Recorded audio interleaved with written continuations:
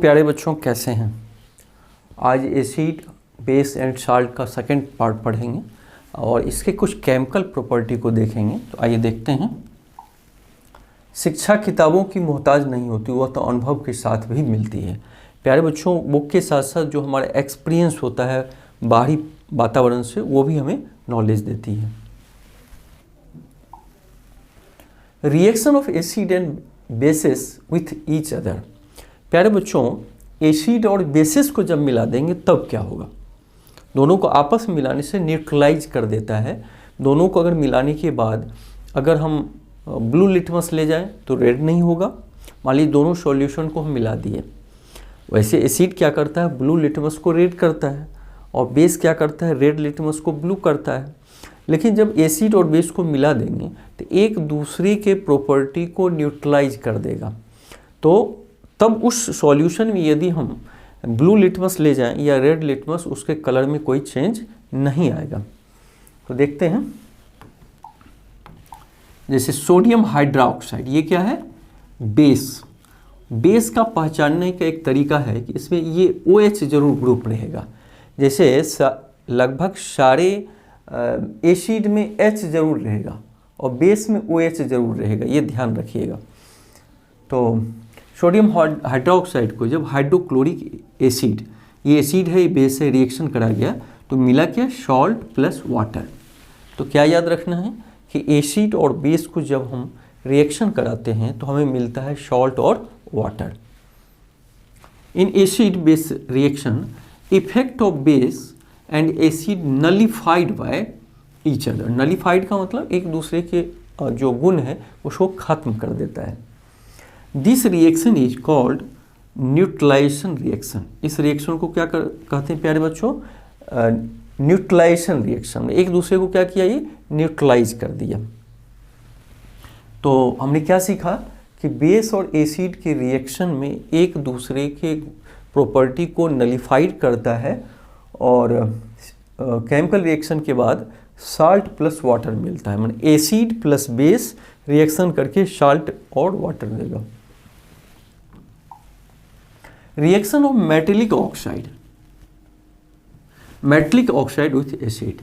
जैसे कॉपर क्या है? मेटल है और कॉपर के साथ ऑक्सीजन है तो नॉन मेटेलिक ऑक्साइड हो गया।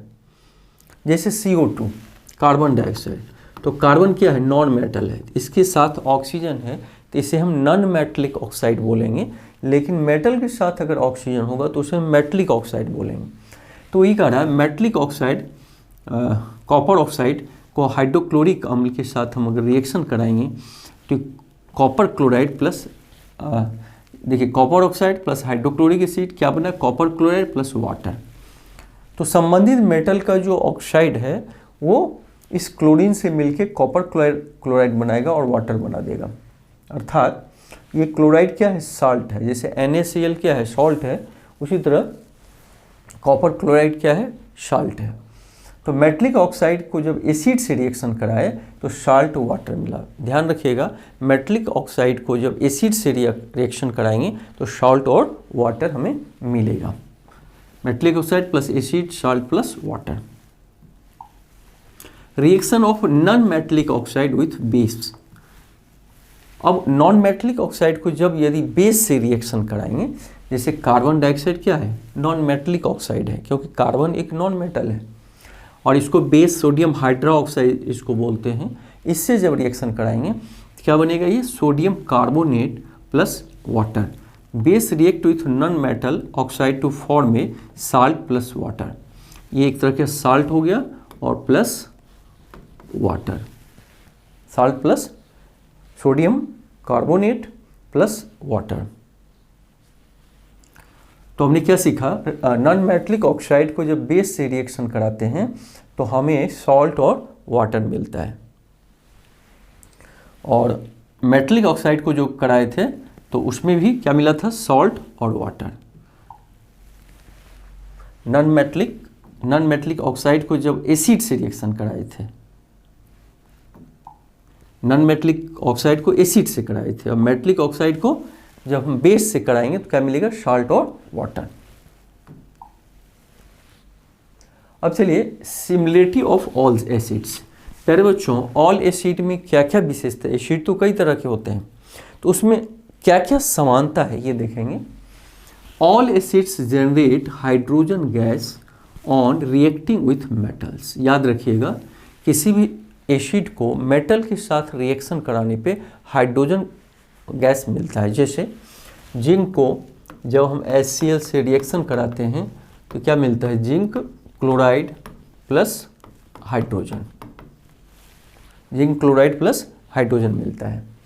या जिंक को H2SO4 से कराते हैं, H2SO4 से, तो zinc sulphate plus H2 gas मिलता है। ठीक है, तो इस तरह हम देखें कि ऑल एसिड जनरेट्स, मैंने एसिड मेटल के साथ रिएक्शन करके हाइड्रोजन गैस देगा ही देगा। The electric current is carried through out the acidic solution bye ions. जब एसिड को वाटर में सॉल्यूशन बना दिया जाता है तो उससे आराम से इलेक्ट्रिक करंट पास हो सकता है, क्योंकि वो एसिड जो है आयन में टूट जाता है। जैसे मान लीजिए अगर HCl हाइड्रोक्लोरिक एसिड को वाटर में यदि हम घोल दें तो H इसका आयन अलग हो जाएगा और क्लोरीन अलग हो जाएगा। तो जब आयन अलग होता है तो इलेक्ट्रिक के लिए वो कंडक्टर का काम करता है। इस तरह जब एसिडिक सॉल्यूशन लेते हैं तो इलेक्ट्रिक का क्या होता है? गुड कंडक्टर होता है, उसमें इलेक्ट्रिक पास होता है। Acid contains hydrogen ions as cation. Cation का मतलब जिसपे पॉजिटिव चार्ज हो, ऐसा पार्टिकल जिसपे पॉजिटिव चार्ज हो। And anion such as chlorine. Chlorine मतलब निगेटिव चार्ज का मतलब एनाइन। ठीक है, और इसी तरह HNO3 में ये हो जाएगा H पॉजिटिव आयन, NO3 क्या हो जाएगा? निगेटिव। इस तरह हमने देखा कि hydrogen gas, all acid generate hydrogen gas. All acid metal के साथ रिएक्शन करके हाइड्रोजन गैस देगा। और किसी भी एसिड के वाटर सॉल्यूशन में electric current through the acid जा सकता है, वो आयन में उसको एसिड को बांट देता है। Reaction of acid in water. अब प्यारे बच्चों, अभी हमने एसिड का मेटल के साथ रिएक्शन देखा था, अब हम देखेंगे एसिड का वाटर के साथ क्या रिएक्शन होता है। तो जैसे हाइड्रोक्लोरिक एसिड को जब वाटर के साथ मिलाया जाता है तो हाइड्रोजन गैस क्या होता है? वो ये हाइड्रोनियम आयन इसको बोलते हैं, एक हाइड्रोनियम आयन बना देता है और क्लोरीन यहाँ बचा रहता है। ये भी आयन में क्लोरीन नेगेटिव आयन लेके अलग रहता है, ये हाइड्रोनियम आयन में अलग टूट जाता है। क्योंकि हाइड्रोक्लोरिक एसिड को प्लस वाटर में जब डिजोल्व करते हैं तो पहले हाइड्रोजन आयन अलग होता है, हाइड्रोजन केवल सिंगल हाइड्रोजन रहता है, लेकिन फिर वाटर के साथ रिएक्शन करके वो हाइड्रोनियम आयन, इसको हाइड्रोनियम आयन बोलते हैं, वो हाइड्रोनियन आयन के रूप में रहता है। हाइड्रोजन आयन या हाइड्रोजन आयन भी बोल सकते हैं। In HCl are produced in the presence of water. अर्थात किसी एसिड को जब वाटर के साथ हम डिजोल्व करते हैं तो हाइड्रोनियम आयन बनता है और इसका जो क्लोरीन है एनाइन अलग हो जाता है। Hydrogen ions can not exist alone. Hydrogen ion देखो क्या होता है, जब किसी एसिड को वाटर में डिजोल्व करते हैं तो हाइड्रोजन आयन बनता तो है लेकिन वो अकेला नहीं रह सकता है। H+ बनता तो है, HCl में H+ अलग हो जाता है, क्लोरीन अलग। लेकिन ये फिर मान लो इसके साथ HCl को आप वाटर के साथ रिएक्शन करा दिए तो हाइड्रोजन आयन अलग होगा और क्लोरीन अलग हो जाएगा, लेकिन वो हाइड्रोजन आयन फिर जो वाटर बचा रहेगा उसके साथ रिएक्शन करके हाइड्रोनियम आयन बना देगा, इसको हम H3O+ बोलते हैं, ये हाइड्रोनियम आयन। तो याद रखना है कि जब एसिड को वाटर के साथ रिएक्शन कराते हैं कौन सा आयन बनाता है? हाइड्रोनियन, H3O हाइड्रोजन आयन भी बोलते हैं या हाइड्रोनियन आयन बोलते हैं। They exist after combining with the water molecules. अब H+ जो था H2O से रिएक्शन करके हाइड्रोनियम आयन बना दिया। तो माने HCl जब H2O के साथ रिएक्शन किया तो H अलग और क्लोरीन अलग होगा और ये फिर वाटर के साथ रिएक्शन कर लेगा। Reaction of base in water. अभी हमने एसिड का देखा कि वाटर के साथ रिएक्शन में क्या हुआ कि हाइड्रोनियम आयन अलग हो गया, एक आयन वो बना और क्लोरीन का अलग निकला। इसी तरह सोडियम हाइड्रोक्साइड को जब वाटर के साथ रिएक्शन कराएंगे तो इसमें OH आयन, हाइड्रोक्साइड आयन अलग होगा। कौन सा? Hydroxide A9. नेगेटिव चार्ज को क्या बोलते हैं? एनाइन, और पॉजिटिव चार्ज को क्या बोलते हैं? कैटाइन। तो ये हाइड्रोक्साइड एनाइन अलग हो जाएगा। जैसे पोटेशियम हाइड्रोक्साइड को जब वाटर के साथ करेंगे तो पोटेशियम का आयन अलग होगा, हाइड्रोक्साइड का अलग होगा। मतलब ये निकलता है कि एसिड को जब वाटर के साथ रिएक्शन कराते हैं तो हाइड्रोनियम आयन अलग होता है, बेस को वाटर के साथ कराते हैं तो हाइड्रोक्साइड आयन अलग होता है। Base generate hydroxide ions in the water. Base which are soluble in water are called alkalis. जो बेस वाटर में सॉल्युबल हो उसे अल्काली बोलते हैं। सारे बेस सॉल्युबल नहीं होते हैं, लेकिन जो बेस सॉल्युबल होते हैं, जैसे देखो कैल्शियम हाइड्रोक्साइड, बेरियम हाइड्रोक्साइड, ये सब सॉल्युबल है, तो इसको हम अल्कालीज बोलते हैं। तो इसका मतलब ऑल अल्कालीज आर बेस, क्योंकि जो बेस डिजॉल्व होता है वाटर में उसे अल्काली बोलते हैं। तो इसका मतलब जितना अल्काली हो बेस ही है, क्योंकि बेस ही तो डिजॉल्व होकर अल्काली बनाता है। लेकिन but all bases are not alkali, क्योंकि ऑल बेसेज उसमें पानी में डिजॉल्व नहीं होता है, नहीं घुलनशील होता है, उसे हम सबको अल्काली कैसे कर सकते हैं? सॉल्युबल नहीं होता है। तो इस तरह हम प्यारे बच्चों क्या देखा कि रिएक्शन बेस वाटर के साथ करके हाइड्रोक्साइड बनाता है, पहली बात, और base generate hydroxide ions. Base which are soluble in water are alkali, जो सॉल्युबल हो वाटर में डिजॉल्व कर जाता है उसे अल्काली बोलते हैं। ऑल अल्काली बेस हो सकता है, लेकिन ऑल बेस अल्काली नहीं हो सकता, क्योंकि बहुत सारे बेस सॉल्युबल नहीं होता है वाटर में।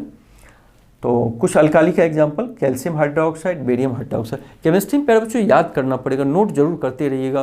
केमिकल फार्मूला, रिएक्शन एक जगह कॉपी में लिख के उसको 10-20 बार पढ़ते रहेंगे, पूरा याद हो जाएगा।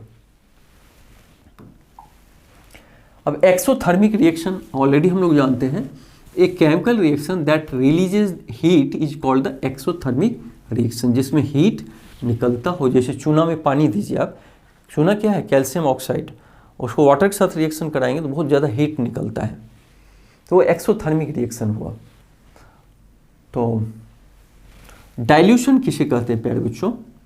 डाइल्यूट करने का मतलब होता है कि पानी की मात्रा और बढ़ा देना।